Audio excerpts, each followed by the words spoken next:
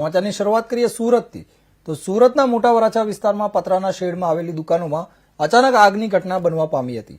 Tyre ગોડાઉનમાં લાગેલી આગ બાજુની 3 થી 4 દુકાનોમાં ફેલાઈ ગઈ હતી, જેના કારણે સમગ્ર વિસ્તારમાં અફરાતફરી મચી ગઈ હતી। શોર્ટ સર્કિટથી આગ લાગ્યાનું અનુમાન છે। ઘટનાની જાણ થતાં ફાયર વિભાગની 5 થી 7 ગાડીઓ સ્થળે પહોંચી હતી અને પાણીનો મારો ચલાવીને આગ પર કાબુ મેળવી લીધો હતો। સદનસીબે કોઈ જાનહાનિ નોંધાઈ નથી। જ્યાં સુરતથી એક મહત્વના સમાચાર સામે આવી રહ્યા છે તો સુરતમાં મોટા વરાછા વિસ્તારમાં પતરાના શેડમાં આવેલી દુકાનોમાં અચાનક આગની ઘટના બનવા પામી હતી। ટાયર ગોડાઉનમાં લાગેલી આગની બાજુથી 4 થી દુકાનોમાં ફેલાઈ ગઈ હતી।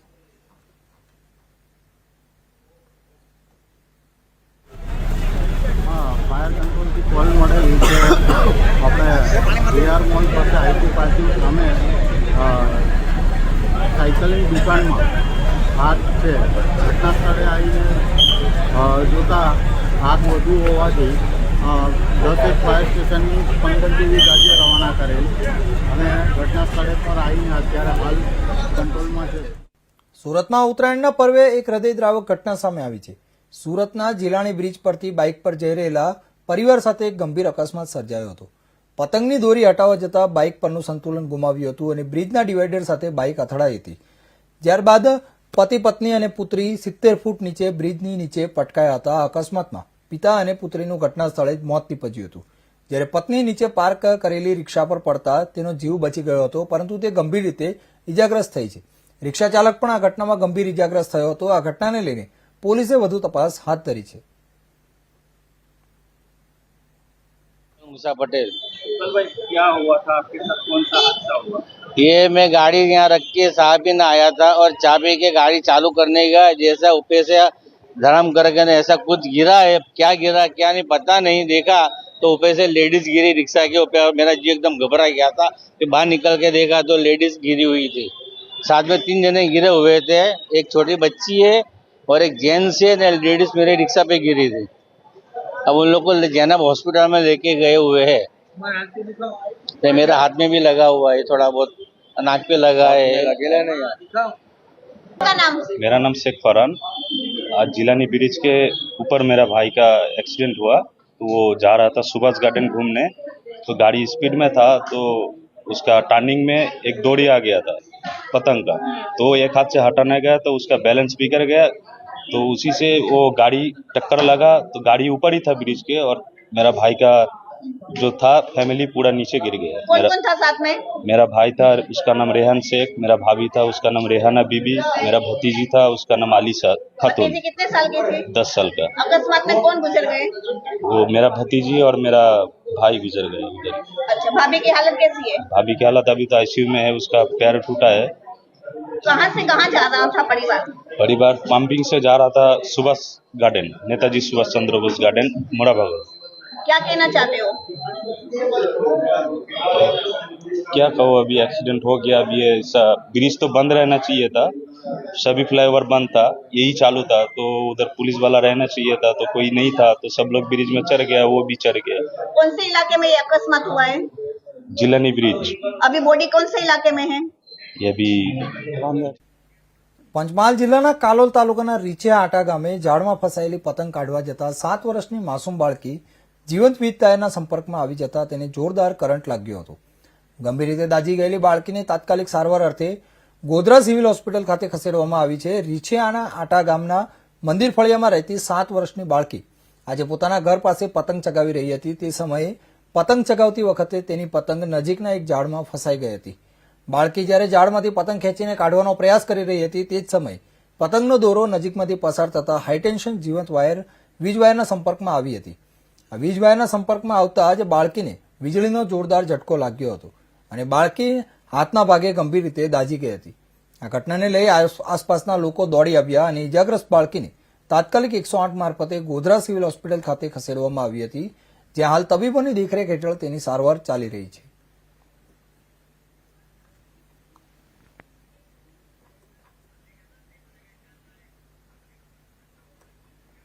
રાજકોટમાં મકર સંક્રાંતિનો તહેવાર લોહિયાળ બન્યો છે।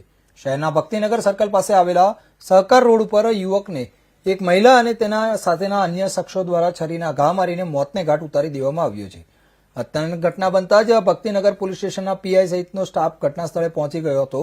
પ્રેમ પ્રકરણ અને જૂની અદાવતમાં યુવકની હત્યા કરી હોવાનું પ્રાથમિક તપાસમાં સામે આવ્યું છે. ત્યારે સમગ્ર મામલે રાજકોટ પોલીસ વિભાગના એસીપી BV જાદવ દ્વારા જણાવ્યું હતું કે શહેરના ભક્તિનગર સર્કલ પાસે આવેલા સહકાર રોડ ઉપર રહેતા સાવન ગોસ્વામી નામના 45 વર્ષના યુવકને છરીના ઘા મારી દેવામાં આવ્યા હતા, જેથી લોહીલુહાણ હાલતમાં તેને સિવિલ હોસ્પિટલ ખસેડવામાં આવ્યો હતો. જોકે તબીબોએ તપાસી ગંભીર રીતે ઘાયલ આ યુવકને મૃત જાહેર કર્યો હતો. આ સાથે હત્યાની ઘટનાની જાણ થતાં જ DCP, ACP, crime branch, SOG અને સ્થાનિક ભક્તિનગર પોલીસનો કાફલો ઘટના સ્થળ પર પહોંચી ગયો હતો અને હત્યા અંગેનું કારણ જાણવા તજવીજ હાથ ધરી હતી.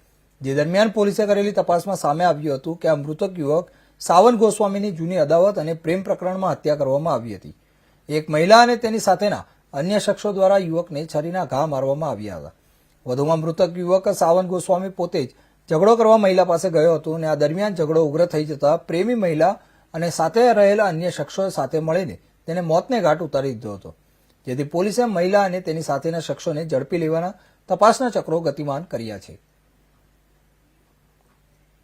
ભક્તિનગર પોલીસ સ્ટેશન વિસ્તારમાં આવેલ સહકારનગર મેઇન રોડ પર એક ઈસમ છે જેમનું નામ સાવન રમણીક ગિરી ગોસ્વામી, જેમની છરીના 7-8 ઘા મારીને એમનું હત્યા થયેલ છે. જે બનાવ ભક્તિનગર પોસ્ટ વિસ્તારમાં બનેલ છે. હાલ ફરિયાદ લેવાની કાર્યવાહી ચાલુ છે. ઉપરોક્ત ગુનાના કામે 2 ઈસમને પૂછપરછ ચાલુ છે અને FIR દાખલ કરવાની કાર્યવાહી ચાલુ છે.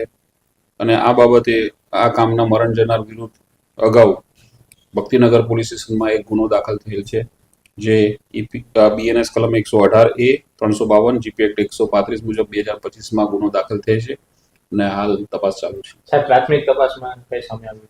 પ્રાથમિક તપાસમાં અંદર એકબીજાના પ્રેમ સંબંધો હતા અને એના કંઈક ઝઘડો થવાના કારણે થયેલ છે, પરંતુ વિગતવારની તપાસ કર્યા રાજકોટમાં 7 વર્ષની બાળકી પર દુષ્કર્મ કરનાર નરાધમ રામસિંહ તેરસિંહને આજે રાજકોટ ડિસ્ટ્રિક્ટ કોર્ટ દ્વારા સજા સંભળાવવામાં આવશે.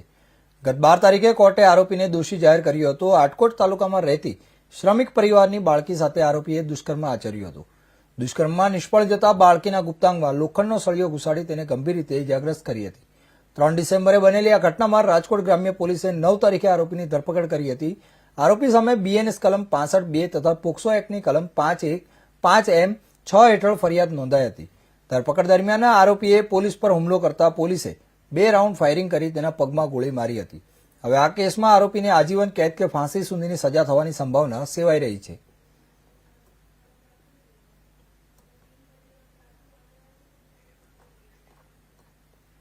સમાચારમાં આગળ વાત કરીએ રાજકોટની, તો રાજકોટથી એક મહત્વના સમાચાર સામે આવી રહ્યા છે. મોડી રાત્રે રાજકોટ મોરબી હાઈવે પર બની અકસ્માતની ઘટના. કાગદડી ગામ પાસે 2 કાર વચ્ચે સર્જાયો ગમખ્વાર અકસ્માત. અકસ્માતમાં કૌટુંબિક ભાઈ બહેન થયા હતા મોત. 3 વર્ષના મોક્ષ કોળી અને 9 મહિનાની શ્રેયા મદરેણીયાના થયા મોત. મૃતક મોક્ષ રાજકોટના બેડી ગામ ખાતે રહેતો હતો અને મૃતક શ્રેયા વાંકાનેરની પત્ની હોવાનું સામે આવ્યું. બનાવ સંદર્ભે પોલીસે વધુ તપાસ હાથ ધરી છે. જ્યાં રાજકોટથી એક મહત્વના સમાચાર તમને જણાવી દઈએ તો મોડી રાત્રે રાજકોટ મોરબી હાઈવે પર એક ગંભીર અકસ્માતની ઘટના બની હતી. કાગદડી ગામ પાસે 2 કાર વચ્ચે અકસ્માત સર્જાયો હતો. આ અકસ્માતમાં કૌટુંબિક ભાઈ બહેનના મોત થયા હતા. 3 વર્ષના મોક્ષ અને 9 મહિનાની શ્રેયાનું મોત થયું હતું. મૃતક મોક્ષ રાજકોટના બેડી ગામ ખાતે રહેતો હતો અને મૃતક શ્રેયા વાંકાનેરની વતની હોવાનું સામે આવ્યું છે. આ બનાવના સંદર્ભે પોલીસે વધુ તપાસ હાથ ધરી છે.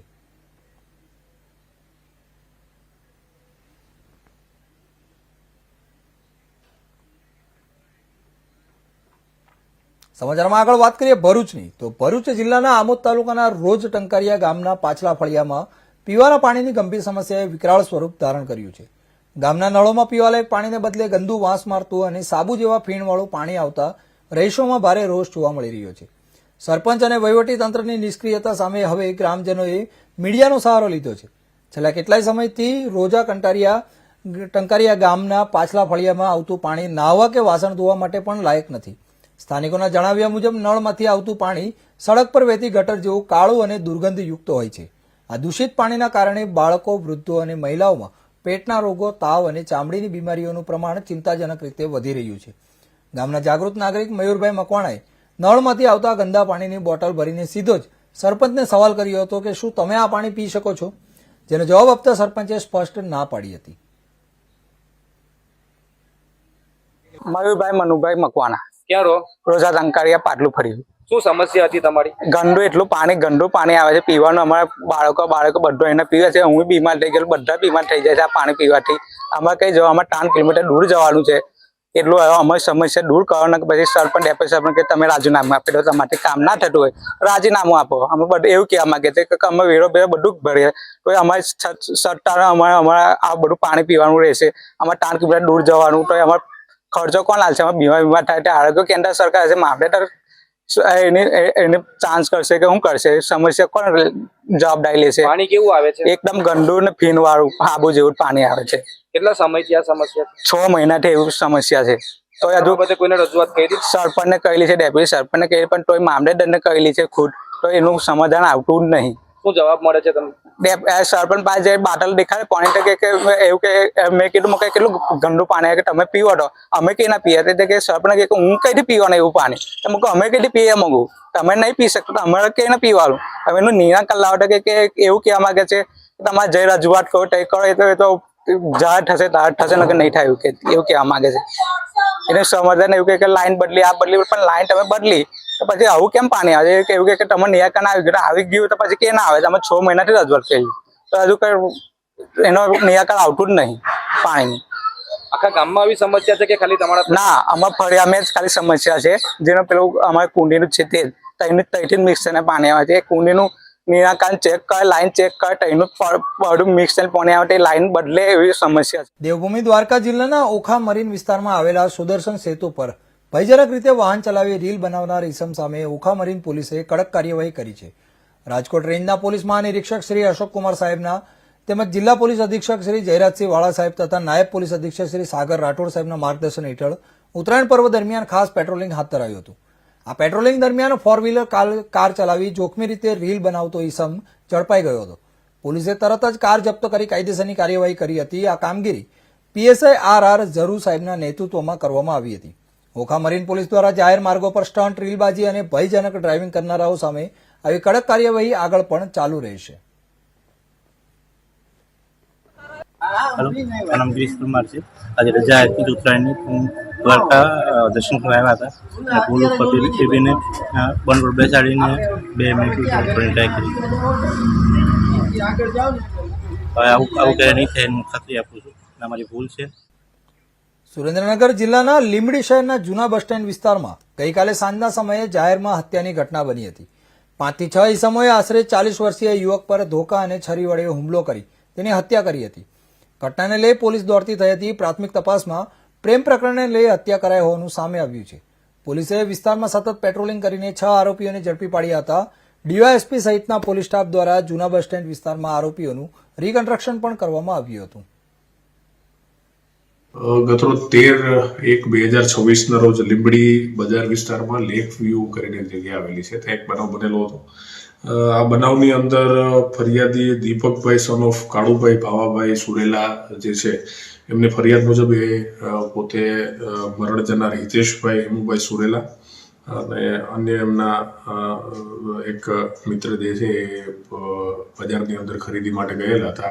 આ ખરીદી દરમિયાન સામેવાળા જે આરોપીઓ જે છે કુલ 6 આરોપીઓના એમણે નામ લખાવેલા છે, જેમાં વાલજીભાઈ ધનજીભાઈ માનસુરિયા, જયપાલભાઈ વાલજીભાઈ, જયદેવભાઈ વાલજીભાઈ, ઘનશ્યામભાઈ સીતાપરા, પ્રતાપભાઈ ધનજીભાઈ અને જયરાજભાઈ વાલજીભાઈ, આ તમામ આરોપીઓએ સાથે મળી એમની સાથે પહેલા ઉગ્ર બોલાચાલી અને પછી મારામારી કરી અંતે એમને જે છે છરી વડે આજે મરણ જનાર હિતેશભાઈ હેમુભાઈ સુરેલા છે એમનું મૃત્યુ નિપજાવેલ.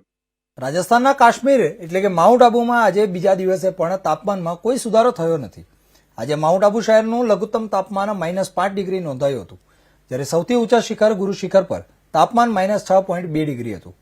આ બર્ફીલા દ્રશ્યનો આનંદ માણવા માટે મોટી સંખ્યામાં પ્રવાસીઓ માઉન્ટ આબુ આવી રહ્યા છે અને આ સપ્તાહનો અંત અહીંના વેપારીઓ માટે પણ નફાકારક રહેવાનો છે.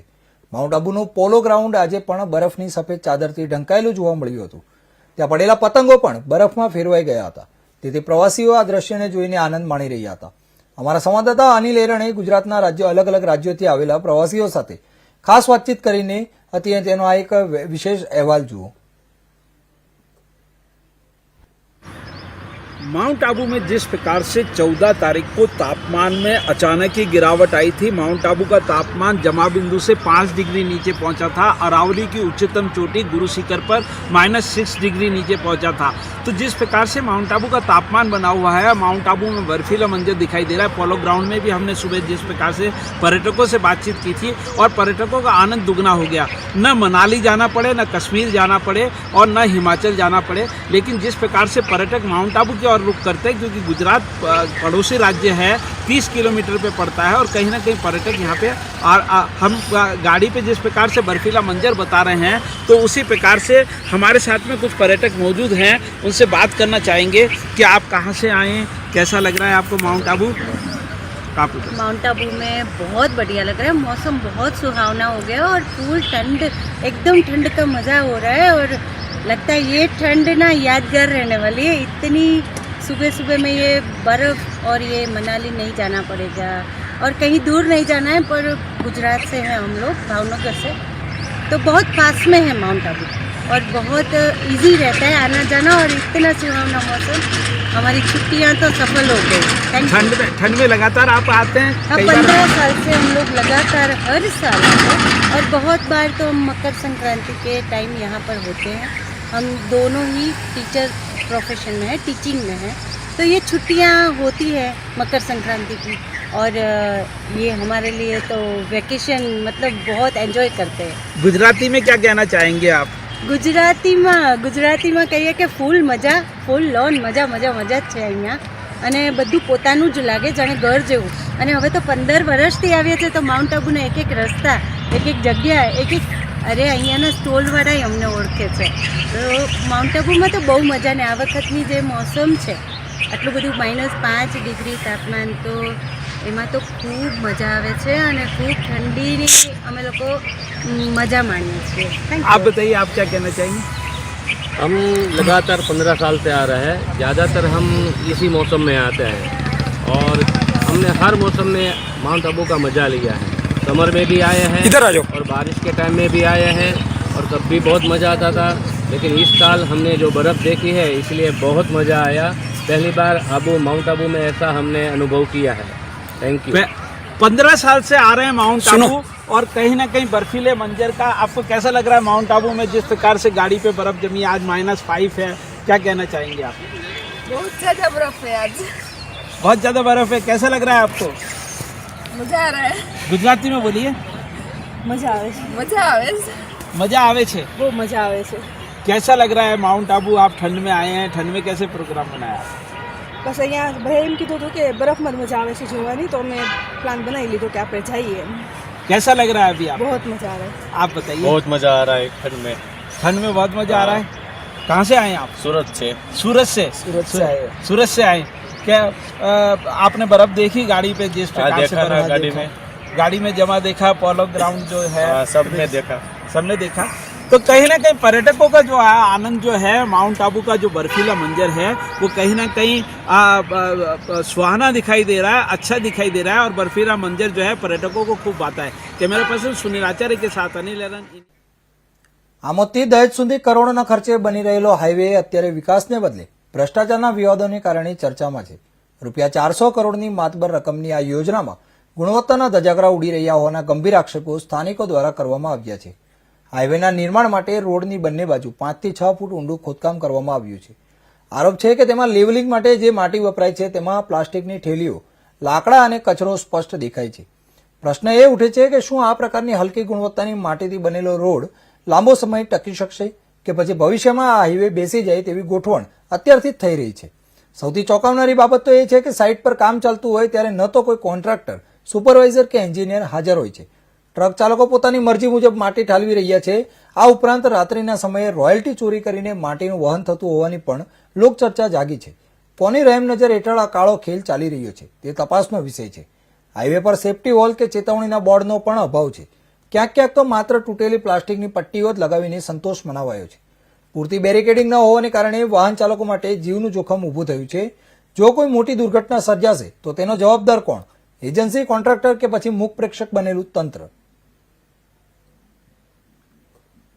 આ હાઈવેનું કામ હમણાં ચાલુ થયું છે, જેનો ગવર્મેન્ટે ખૂબ મોટો ફંડ એવો હાઈવે છે આ દહેજ થી આમોદ એમાં પહેલા આપણે તે દિવસે હું અહીંયાથી જતો તો મેં પૂછ્યું તો એ લોકો સાઈડની ઢાળો ખોદીને ફેલાવતા હતા.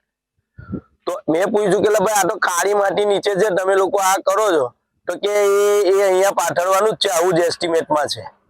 અને આગળ જતા ખબર પડી કે ભાઈ મોટા જ્યાં પીરી માટી છે ત્યાં ખાડા કરીને માટી ઉંચકીને બીજે લઈ ગયા એ લોકો. તો જયારે ખોદવાનું જ આટલું છે ને 2 ફૂટ ઉપરથી ખાલી પૂરવાનું છે, તો આ માટી ખાડા કરીને લઈ જવાનો પણ શું મતલબ? અને નીચે કાળી માટી જો પાથરશે તો એ બેઝ એનો ખરાબ જ બનવાનો છે. અને જેમ જૂના કામ થયા નેશનલ હાઈવે નંબર 64 અને એમાં જે રીતે ખાડા પડી ગયા અને વર્ષ ઉપર નહીં ચાલ્યો ને 2-4 મહિનામાં રોડ તૂટી ગયો, એવું કદાચ અહીંયા થાય જો એસ્ટિમેટ મુજબ કામ ના થાય તો. કહેવાનો મતલબ એવો છે કે પીરી માટી કાઢી જાય ને કાળી માટી હા, પીરી માટી કાઢી જાય ને કાળી હોય તો ત્યાં ને ત્યાં ફેલાઈ દે છે. તો આ વાત ખ્યાલમાં બરાબર આવતી નથી. હવે અધિકારીઓ અહીંયા ખૂબ જ ધ્યાન આપવાની જરૂર છે. અહીંયા કોઈ હોતું જ નથી, એના ઇન્સ્પેક્શનમાં કોઈ દેખાતું નથી. ખાલી એક માણસ સુપરવાઇઝર જે તે કંપનીનો અને કામ કરવા વાળા મજૂરો કે જેસીબી જે હોય તે જ કામ કરતા હોય છે, ત્યાં ઇન્સ્પેક્શન વાળું કોઈ હોતું નથી. સમાચારમાં આગળ વાત કરીએ અરવલ્લીની. તો આજે ઉત્તરાયણનો પાવન પર્વ છે. આજના દિવસે દાન પુણ્યનું અનેરું મહત્વ રહેલું છે. ત્યારે અરવલ્લી જિલ્લાના મોડાસા ખાતે કુંભારવાડા સ્થિત જય અંબે મિત્ર મંડળ દ્વારા પંચરત્ન ખીચડો બનાવવામાં આવ્યો હતો. જય અંબે મિત્ર મંડળ દ્વારા છેલ્લા 10 વર્ષથી અંબાજી જતા પદયાત્રીઓ માટે વિસાવાનું આયોજન કરવામાં આવે છે. ત્યારે ચાલુ વર્ષે ઉત્તરાયણના પર્વે ખીચડો બનાવી તેનું વિતરણ કરવામાં આવ્યું હતું. આ ખીચડો ચોખા ઉપરાંત 5 પ્રકારની દાળ અને શાકભાજીનો ઉપયોગ કરીને બનાવવામાં આવ્યો હતો.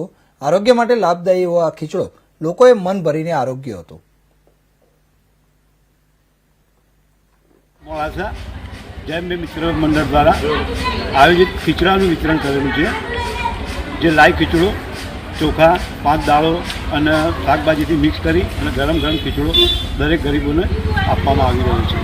ઉત્તરાયણનું એવું હોય છે તો પર્વભાઈ દાન કરવું આ છે તે છે, તો મિત્ર મંડળ દ્વારા આ રીતે ગરમ નાસ્તાનું વિતરણ કરેલું છે.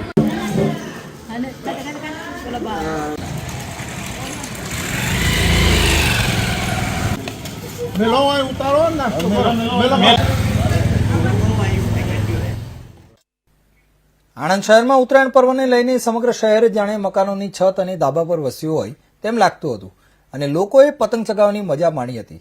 જ્યારે આ વર્ષે ઉત્તરાયણની મજા માણવા માટે મોટી સંખ્યામાં એનઆરઆઈઓ માદરે વતન આવ્યા હતા અને પતંગ ચગાવવાની મોજ માણી હતી. વિદેશમાં હોળી દિવાળી જેવા તહેવારોની ઉજવણી થતી હોય છે, પરંતુ ઉત્તરાયણ જેવી મજા ત્યાં આવતી નથી.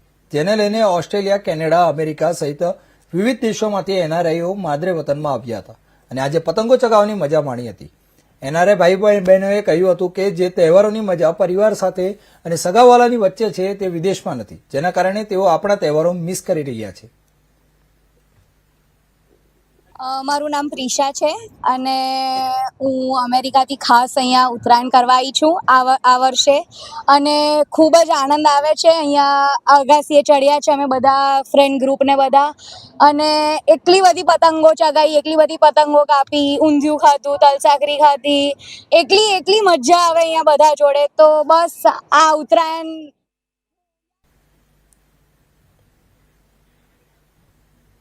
આણંદ શહેરમાં ઉત્તરાયણ પર્વને લઈને સમગ્ર શહેર જાણે મકાનોની છત અને ધાબા પર વસ્યું હોય તેમ લાગતું હતું અને લોકોએ પતંગ ચગાવવાની મજા માણી હતી. વહેલી સવારથી જ લોકો ઉત્તરાયણને લઈને પતંગો અને દોરી સાથે મકાનના ધાબાઓ અને છત પર ચડી ગયા હતા અને પવન સારો હોવાના કારણે પતંગો ચગાવવાની મજા માણી હતી. તેની સાથે લાલ ગયો એ કાળી ગઈ જેવી ચીચિયારીઓથી આકાશ ગુંજી ઉઠ્યું હતું. તેમજ રંગબેરંગી પતંગોથી આકાશ છવાઈ ગયું હતું અને જાણે શહેર ધાબા પર વસી ગયું હોય તેવા દ્રશ્યો દેખાયા હતા. फूड रहता है, जो ऊंधियो रहता है, पापड़ा रहता है, वो बहुत ही टेस्टी और पतंग उड़ाने का मजा यहाँ पे जो है वो कहीं नहीं है. इंदौर में भी उड़ती है बट जिस हिसाब से यहाँ उड़ती है वैसे कहीं नहीं. ઉત્તરાયણમાં બહુ જ મજા આવે છે. અત્યારે સવાર પવન હતો, અત્યારે થોડો બપોરે પછી નતો રહ્યો, અત્યારે પાછો પવન છે. તમે જોઈ શકો છો મારા ફ્રેન્ડ ને ફેમિલી, મારી વાઈફ, બધા ટીવી એન્જોય કરીએ છીએ અમે.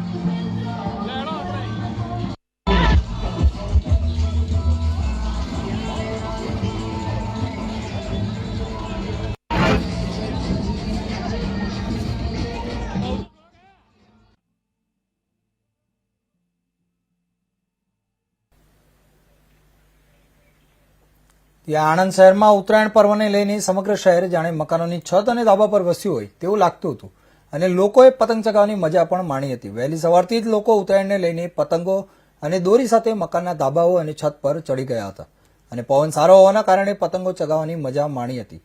તેની સાથે જ એ લાલ ગયો એ કાળી ગઈ જેવી ચીચીયારીઓથી આકાશ ગુંજી ઉઠ્યું હતું તેમજ રંગબેરંગી પતંગોથી આકાશ છવાઈ ગયું હતું અને જાણે શહેર ધાબા પર વસી ગયું હોય તેવા દ્રશ્યો દ્રશ્યમાન થયા હતા.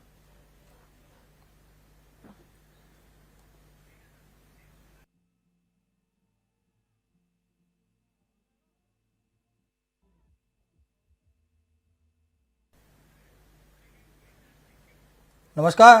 સુરતથી એક મહત્વના સમાચાર સામે આવી રહ્યા છે. તો સુરતમાં ઉધના વિસ્તારમાં એક આગની ઘટના સામે આવી છે.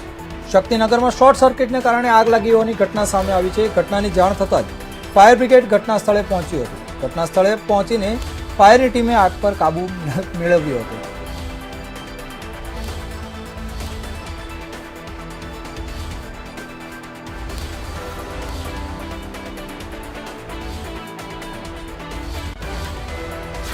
ત્યાં સુરતથી એક મહત્વના સમાચાર સામે આવી રહ્યા છે. તો સુરતમાં એક ઉધના વિસ્તારમાં ગંભીર આગ લાગવાની ઘટના સામે આવી છે. શક્તિનગરમાં શોર્ટ સર્કિટને કારણે એક મકાનમાં આગ લાગી હતી.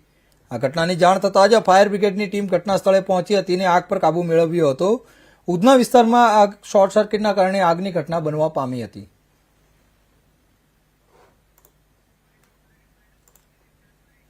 તો સમાચારોમાં હાલ બસ આટલો જ. વધુ સમાચાર માટે જોતા રહો ઇન્ડિયા ન્યૂઝ ગુજરાત. નમસ્કાર.